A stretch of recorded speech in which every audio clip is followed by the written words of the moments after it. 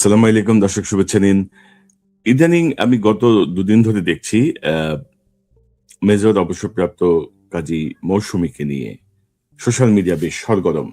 Social মিডিয়ায় নানা রকমের বুদ্ধিজীবীর পয়দা হয়েছে। তারা এখন আবেগের খেলা খেলছেন এই কাজী মৌসুমীর সাম্প্রতিক গ্রেপ্তারকে নিয়ে।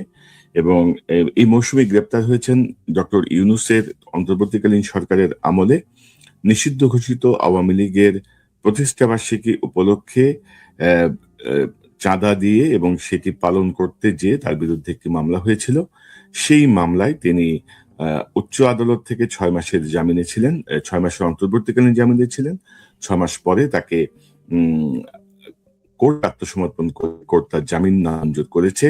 এই হচ্ছে গিয়ে মূল শানে নজুল। এটি বিএনপি সরকারের আমলের মামলা না, এটি 2025 সালের ঘটনার প্রেক্ষিতে এই মামলাটি রুজু করা হয়েছিল এবং পরবর্তীতে পুলিশ তদন্ত করে এই মামলায় চার্জশিট দিয়েছে, তার অভিযোগের সত্যতা প্রমাণিত হয়েছে।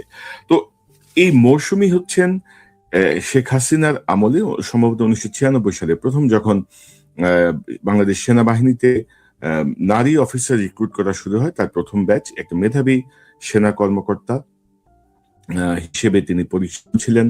এবং সেই জায়গাটায় এই মুহূর্তে এই কাজী মৌসুমীর এই গ্রেপ্তারকে অনেকে এই সরকারের বিপক্ষে একটি কৌশল হিসেবে ব্যবহার করতে চাচ্ছেন। আমি দেখছিলাম বিভিন্ন রকমের কার্ড সোশ্যাল মিডিয়ায় ঘুরে বেড়াচ্ছে, তার মধ্যে একটি হচ্ছে নানা অজুহাতে মুক্তিযুদ্ধের পক্ষে সেনা অফিসারদের গ্রেপ্তার করা হচ্ছে, আওয়ামী লীগের প্রতিষ্ঠাবার্ষিকীর কেক কাটার টাকা দেওয়ার অভিযোগে মেজর অবসরপ্রাপ্ত কাজী মৌসুমী গ্রেপ্তার।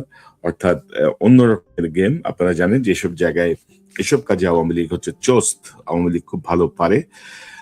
মেজর কাজী মৌসুমীর একটি কি বলবো, একটি ট্র্যাজিক অতীত আছে। সেই অতীতটি হচ্ছে তার স্বামী হচ্ছেন গাজ্জালি, ক্যাপ্টেন গাজ্জালি, পরবর্তীতে মেজর। তিনি তার পুরো নাম হচ্ছে গাজ্জালি মোহাম্মদ জাহাঙ্গীর।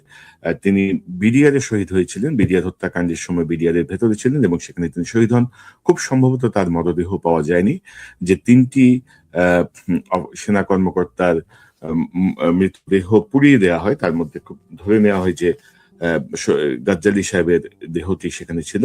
তিনি যখন ক্যাপ্টেন ছিলেন, পরবর্তীতে তাকে মরণোত্তর মেজর পদমর্যাদা তাকে কি বলবো র্যাঙ্কের মর্যাদাটি দেওয়া হয় এবং অন্যান্য সুবিধা দেওয়া হয়। তো এই মৌসুমী মেজর গাজ্জালিকে ব্যবহার করে এই কাজী মৌসুমী এবং তার পরিবার সর্বোচ্চ সুবিধা আদায় করে নিয়েছে। নিহত গাজ্জালির বাবা মায়ের খবর আমরা কেউ জানি না। তারা কখনোই তার পুত্রের এই হত্যাকাণ্ড নিয়ে কোনো সুবিধা নিতে চাননি। খুব বেশি রকমের কোথাও আমরা আসলে ওইভাবে দেখি নাই, আমার সঙ্গে অন্তত যোগাযোগ হয় নাই। কিন্তু এই মৌসুমী গাজ্জালির এই মৃত্যুর পরপরই আমরা বিভিন্ন সূত্রে জানি যে শেখ হাসিনা তাকে প্রথমেই 2 কোটি টাকা দেয় এক ধরনের ক্ষতিপূরণ হিসেবে তার পরিবারের মেনটেন্যান্সের জন্য, এবং তাকে অফার দেয় যে তাকে চুপ থাকার জন্য। কারণ আপনারা জানেন যে প্রায় সমবয়সী দুজন সেনা কর্মকর্তার যে সংসার, সেই সংসারে একজন যদি বিডিআরে নিহত হন, শাহাদাত বরণ করেন নির্মম ভাবে, তার একটা ইম্প্যাক্ট পড়তে পারে। কারণ তাদের যারা ব্যাচমেট, বন্ধু বান্ধব, তাদের সবকিছু মিলে একটা বিরূপ পরিস্থিতি সৃষ্টি হতে পারে। এই জন্য কোর্ট চালের দক্ষ হাসিনা প্রথমেই মৌসুমীকে তার গ্রিপে নেন। এবং সবচেয়ে বিস্ময়কর হচ্ছে যে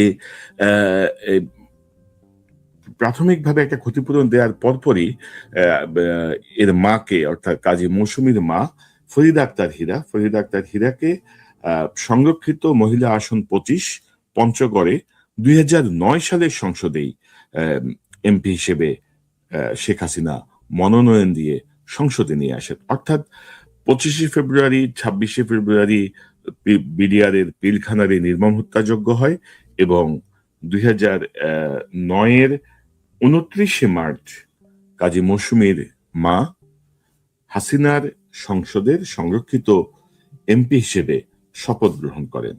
এবং দু একটা সূত্রে আমি খোঁজ নিয়ে জেনেছি যে কাজী মৌসুমীর পরিবারের একজন বা দুজনকে সরকারি চাকরি দেওয়া হয়েছে, বিসিএস লেভেলের সরকারি চাকরিতে নিয়োগ দেওয়া হয়েছে। তো এই যে পরিস্থিতিটা তো বুঝতে পারছেন যে অর্থাৎ আমার স্বামীর একজন সেনা কর্মকর্তা হিসেবে সেই সময়ই আসলে সবাই জানে যে কিভাবে এই হত্যাকাণ্ড ঘটনা সংঘটিত হয়েছে, সরকারের যে নীরবতা, সেনাবাহিনীকে মুভ করতে না দেয়া এবং সার্বিক যে সকল বিষয়, সেই জায়গাটায় ধরেন এই বিডিআর হত্যাকাণ্ডের ৭২ ঘন্টার মধ্যে স্পষ্ট হয়ে গেছে যে এর সঙ্গে সরকারের একটা যোগসূত্র ছিল।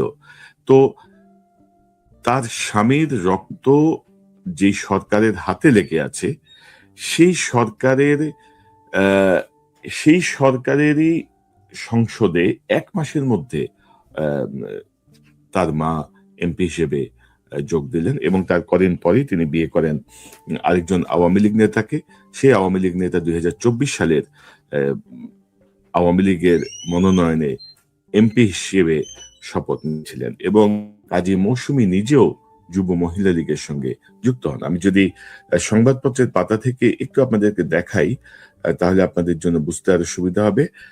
যে পঞ্চগড়ে সন্ত্রাস বিরোধী আইনের মামলায় আওয়ামী লীগের সাবেক সংসদ সদস্যের স্ত্রী কারাগারে। এ হচ্ছে কাজী মৌসুমী। পুলিশ তাকে কোর্ট থেকে কারাগারে নিয়ে যাচ্ছে এবং পঞ্চগড়ে সন্ত্রাস বিরোধী আইনের মামলায় কার্যক্রম নিষিদ্ধ আওয়ামী লীগের পঞ্চগড় ১ আসনের সাবেক সংসদ সদস্য নাইমুজ্জামান ভূঁইয়ার স্ত্রী ও কেন্দ্রীয় যুব মহিলা লীগের সদস্য মেজর কাজী মৌসুমীকে কারাগারে পাঠিয়েছেন আদালত।